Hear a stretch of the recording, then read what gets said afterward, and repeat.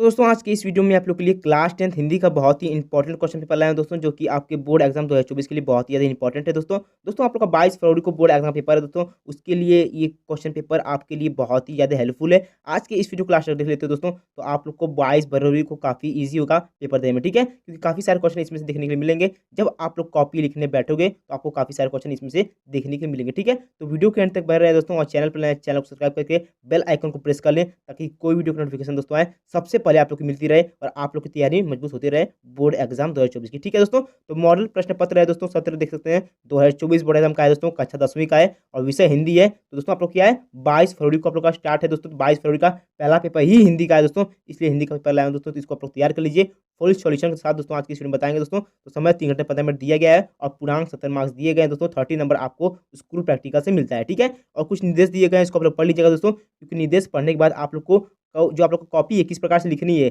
और कैसे कैसे क्वेश्चन दिए गए हैं, क्या करना है क्या नहीं करना है, सारा कुछ इसमें दोस्तों किया जाता है। देख सकते हैं दोस्तों, दीजिए पहला दिया गया है प्रारंभ के 15 मिनट परीक्षार्थियों को प्रश्न पत्र पढ़ने के लिए निर्धारित है, ठीक है। जो आप लोग को स्टार्टिंग का 50 मिनट्स का होता है क्वेश्चन पेपर पढ़ने के लिए आप लोग को दिया जाता है, ठीक है। तो सबसे पहले आप लोग स्टार्टिंग में 50 मिनट्स को क्वेश्चन पेपर पढ़ लीजिएगा, क्योंकि जो आप लोग पढ़ लेते हो ना तो आप लोग का आंसर माइंड में रिपीट होने लगता है, ठीक है। तो सबसे पहले आप लोग क्वेश्चन पेपर को जरूर पढ़िएगा एक बार दोस्तों, अच्छे से पढ़िएगा, ठीक है।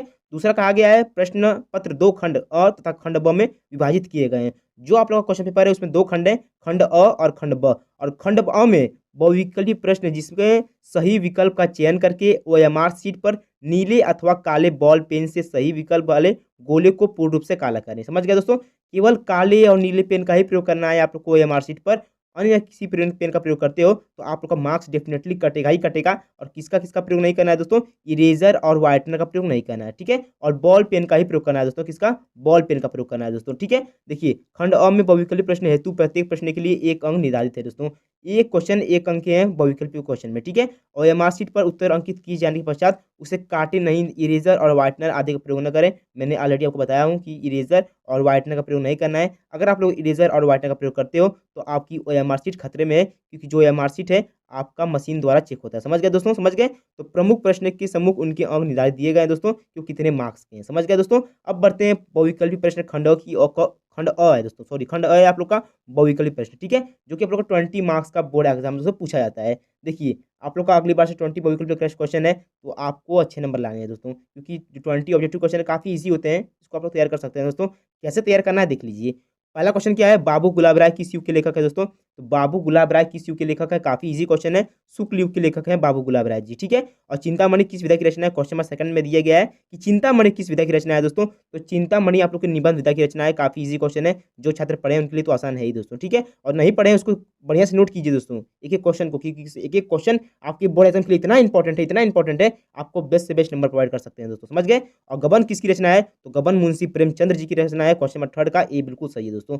और शुक्ल युग की समयवादी पूछा गया है दोस्तों, तो 1919 से 1938 तक आप लोग की शुक्ल युग की क्या है, समयवादी है दोस्तों, समझ गए। अब क्वेश्चन 5 देख लीजिए दोस्तों, पूछा गया नील का निर्माण किस विधा की रचना है दोस्तों। एक नंबर क्वेश्चन, सारे क्वेश्चन एक एक मार्क्स के हैं, बढ़िया से केयरफुली देखिए और कॉपी पर नोट कीजिए और तैयारी कीजिए अपने बोर्ड एग्जाम की दोस्तों, क्योंकि समय बहुत ही कम है आपके बोर्ड एग्जाम के लिए। आपको बेस्ट से बेस्ट कंटेंट देते हैं, उसको पेपर तैयार कीजिए, उसको कॉपी में नोट बनाइए और उसको तैयार कीजिए, समझ गए दोस्तों। तो पूछा गया क्वेश्चन 5 में कि नील का निर्माण फिर किस विधा की रचना है दोस्तों, तो आत्मकथा विधा की रचना है, ऑप्शन नंबर बी बिल्कुल सही है, ठीक है।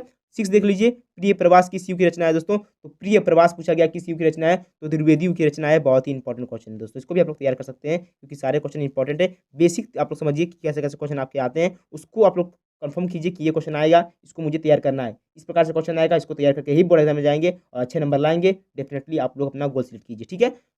प्रश्न 7 देखिए, मधुशाला किसकी रचना है दोस्तों। तो मधुशाला हरिवंश राय बच्चन जी की रचना है, ये आप लोग का इंपॉर्टेंट क्वेश्चन एक खत्म हो गया, ठीक है। क्वेश्चन नंबर 8 देख लीजिए, भारत भारती किसकी रचना है दोस्तों। तो भारत भारती मैथिली शरण गुप्त जी की रचना है, जो कि 1 मार्क्स का क्वेश्चन आप लोग का खत्म हो गया, ठीक है। आधुनिक काल कब से कब तक है, तो 1843 से अब तक आप लोग का आधुनिक काल ही चल रहा है दोस्तों।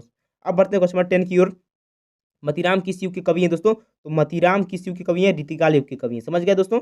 अब देखिए क्वेश्चन 11 दोस्तों, हास रस का स्थायी भाव पूछा गया है, क्या, हास रस का स्थायी भाव हास होता है दोस्तों। तो ऑप्शन नंबर सी हास बिल्कुल सही है, ठीक है। 12 देख लीजिए, सोहत ओढ़े पीत पर श्याम सलोने गात, मनोनीलमणि पर आपत प्रयोग प्रकाश, इसमें से कौन सा अलंकार है, कौन सा अलंकार है आपको बताना है दोस्तों। तो ऐसे क्वेश्चन हर साल बोर्ड एग्जाम पूछे जाते हैं, तो उत्प्रेक्षा अलंकार है दोस्तों, समझ गए। देखिए 13 देखिए, रोला छंद में कुल कितने चरण होते हैं, तो रोला छंद में कुल 4 चरण होते हैं, ऑप्शन नंबर सी बिल्कुल सही है दोस्तों, समझ गए। अब देखिए क्वेश्चन 14 देख लीजिए, आकर्षण शब्द में किस उपसर्ग का प्रयोग किया गया है दोस्तों? किसमें? आकर्षण शब्द में किस उपसर्ग का प्रयोग किया गया है? तो उपसर्ग आ का प्रयोग किया गया है दोस्तों, ऑप्शन नंबर डी।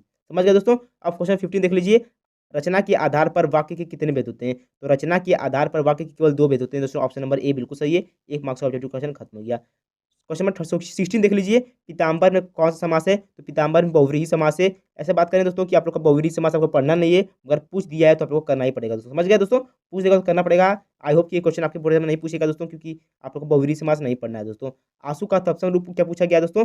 आंसू का तत्सम रूप क्या है? तो आंसू का तत्सम रूप आसुर होता है, ऑप्शन नंबर ए बिल्कुल सही है दोस्तों। कंफर्म कर लीजिए आप लोग दोस्तों। अब देखिए, सबसे पहले आप लोग समझ लीजिए कि कृतिवाचक में किसकी प्रधानता है, ऐसे क्वेश्चन आते हैं दोस्तों, उसको तैयार कर लीजिएगा। और ताव्य शब्द में वचन एवं विभक्ति क्या है, ये दोनों आप लोग का होमवर्क है। इसको आप लोग जल्दी से कमेंट बॉक्स में कमेंट करके आंसर बताइए दोस्तों, जल्दी बताइए दोस्तों। ये 18 और 19 का, और ऐसे क्वेश्चन प्रधानता वाले और विभक्ति वाले आते हैं, तैयारी कर लीजिएगा दोस्तों, डेफिनेटली आएंगे ही आएंगे। ठीक है, उसका ट्रिक समझ लीजिएगा दोस्तों कि कैसे प्रधानता किसको पहचानते हैं, कैसे, और विभक्ति में कैसे पहचानते हैं, आप लोग कंफर्म कर लोगे तो 2 नंबर। ठीक है, देखिए क्वेश्चन नंबर 20 देख लीजिए।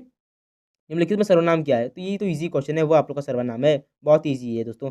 अब बढ़ते हैं वर्णात्मक प्रश्न की ओर, जो कि खंड ब आप लोग का है। 50 मार्क्स का वर्णात्मक प्रश्न आपके बोर्ड एग्जाम में पूछा जाता है, तो 50 मार्क्स का यहाँ पर कंफर्म कर लीजिए। कैसे तैयारी करनी है उसको समझ लीजिए। वर्णात्मक प्रश्न खंड ब दोस्तों 50 मार्क्स का बोर्ड एग्जाम पूछा जाएगा दोस्तों। तो कैसे, देखिए प्रश्न संख्या 1, निम्नलिखित गद्यांश पर आधारित 3 प्रश्नों का उत्तर दीजिए। कितना?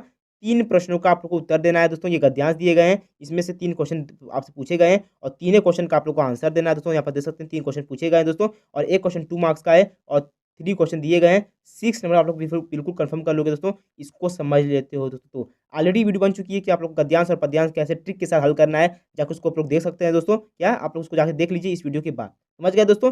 सबसे पहले इसको समझ लीजिए आप लोग। देखिए यहाँ पर आते हैं, तो सबसे पहले आप लोग पहचाना समझ लीजिए कि कैसे पहचानेंगे कि कौन से कवि का कौन सा लेखक है, कौन से कवि ये लिखे हैं, कौन से कवि ये लिखे हैं, कौन से लेखक ये लिखे हैं। आप लोग को ट्रिक समझना है तो वीडियो बन चुकी है, जाकर आप लोग देख सकते हैं। समझ गए दोस्तों? देखिए आप लोग का 6 मार्क्स का ये गद्यांश आता है दोस्तों। अगर आप लोग को नहीं आ रहा है तो अथवा करके दिया गया है, आप लोग इसको भी कर सकते हैं, आपकी चॉइस है। क्वेश्चन कैसे आएंगे, देखिए उपयुक्त गद्यांश का संदर्भ लिखिए। 100% संदर्भ लिखने के लिए आता है दोस्तों, समझ गए। और रेखांकित अंक की व्याख्या कीजिए। ये 2 क्वेश्चन तो कॉमन है, आते ही आते हैं हर साल, और इसमें से खोज के एक लिखने के लिए आता है, तो ईजी है ना दोस्तों आप लोग का। अगर आप लोग को पता है कि ये कौन से लेखक लिखे हैं, तो आप लोग का हो गया, पूरा खत्म हो गया दोस्तों, इतने में ही 6 नंबर आप लोग कंफर्म हो गया। समझ गए?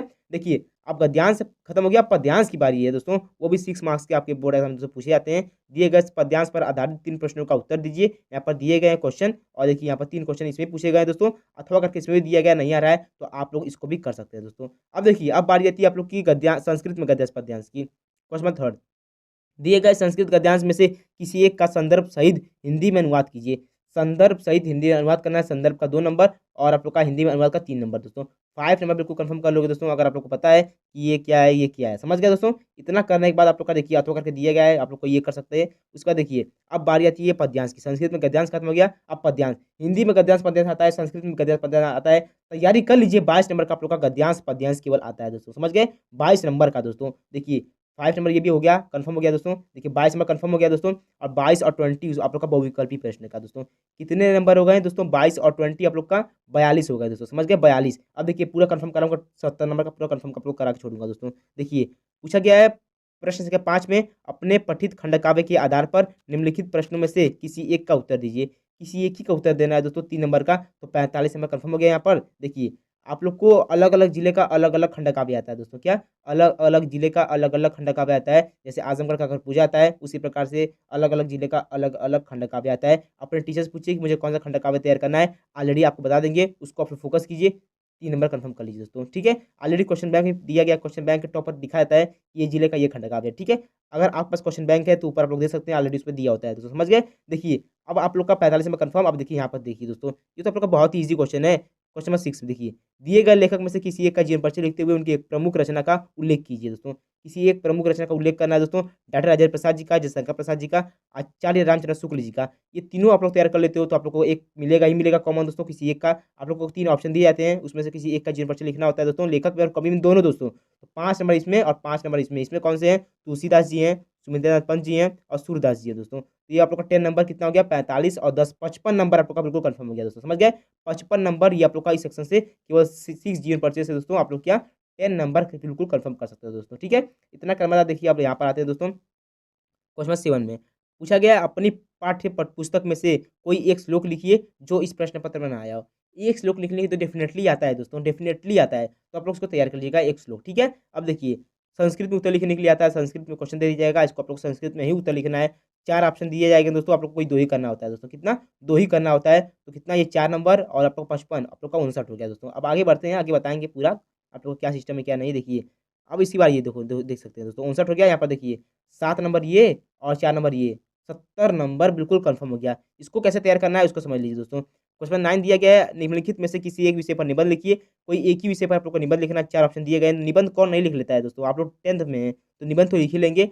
पर्यावरण संरक्षण के उपाय, आतंकवाद कारण निवारण, जनसंख्या लाभ बढ़ानी और नारी शक्तिकरण, ये 4 निबंध आपके बोर्ड एग्जाम के लिए बहुत ही ज़्यादा इंपॉर्टेंट है। इसको भी आप लोग तैयार कर सकते हैं अपने बोर्ड एग्जाम के लिए, ठीक है। इसको आप लोग लिख ही लेंगे। गद्यांश पद्यांश आप लोग थोड़ा डिफिकल्ट है, मगर आप लोग का निबंध तो थोड़ा भी डिफिकल्ट नहीं है, आप लोग बना बना के लिख सकते हो, आप लोग का नंबर मिल जाएंगे, ठीक है।